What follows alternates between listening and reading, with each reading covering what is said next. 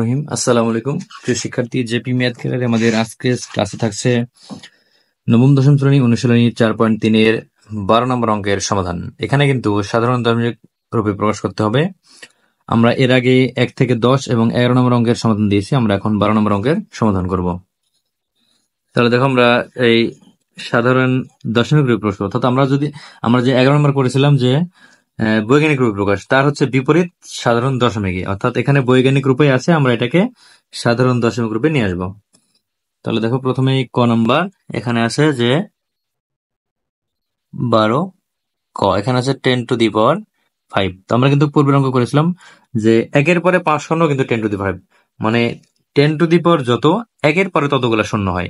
সেখানে কিন্তু আমরা এখানে লিখছিলাম যে একের পরে 6 শূন্য ছিল, যার জন্য আমরা 10⁶ লিখছিলাম। তাহলে এখানে কিন্তু একের পরে আমরা কত লিখবো? 5টি শূন্য লিখবো, যেহেতু 10⁵ রয়েছে। তাহলে এখানে হবে 1 এর পরে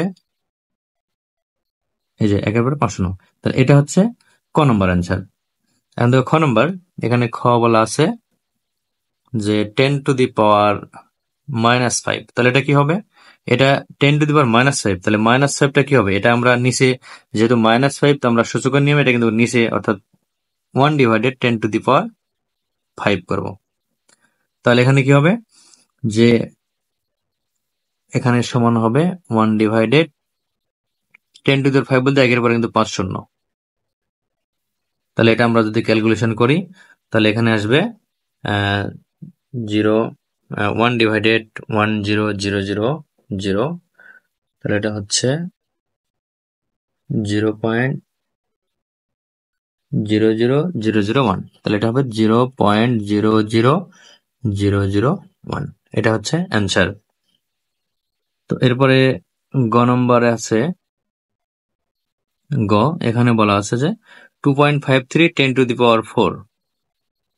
2.53 into 10⁴।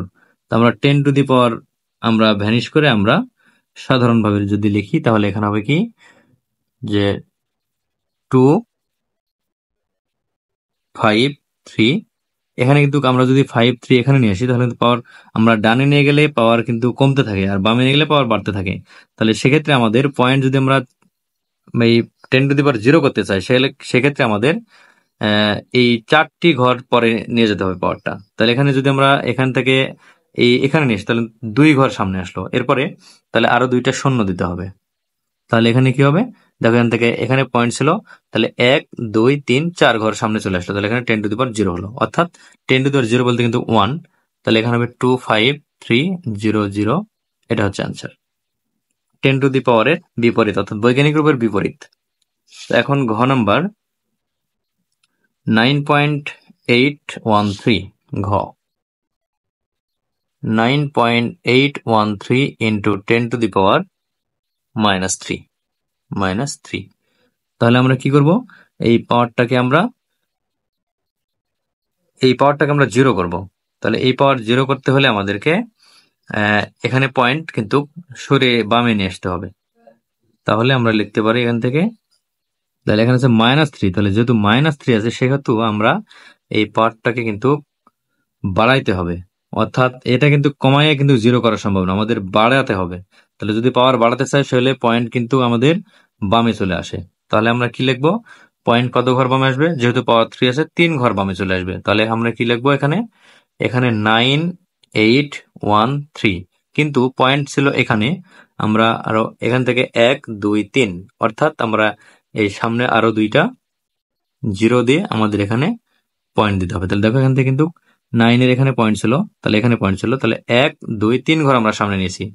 তাহলে এখানে হচ্ছে 0.009813, কিন্তু পয়েন্টের আগে আমরা একটা 0 এমনিতেই দিয়ে দিলাম। এটা হচ্ছে অ্যান্সার। এরপরে 9 নম্বর অঙ্ক,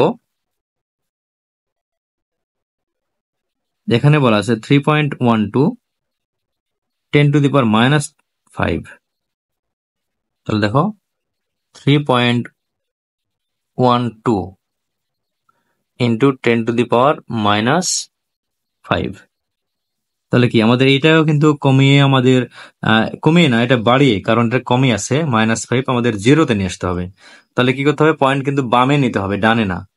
যদি পজিটিভ হতো 1 নম্বরের মতো যদি হতো তাহলে আমরা কিন্তু ডানে নিতাম, কিন্তু এখানে কিন্তু এই যে এটা গ নাম্বারে কিন্তু আমরা এটা ডানে নিয়েছিলাম পয়েন্ট, অর্থাৎ এখানে 0 করার জন্য ডানে এটা 4 থেকে 3 2 1 0, কিন্তু এখানে কিন্তু 5 এর পরে যদি কমানো হয় তাহলে কিন্তু আরো বেড়ে যাবে, -6 -7 -8 এভাবে।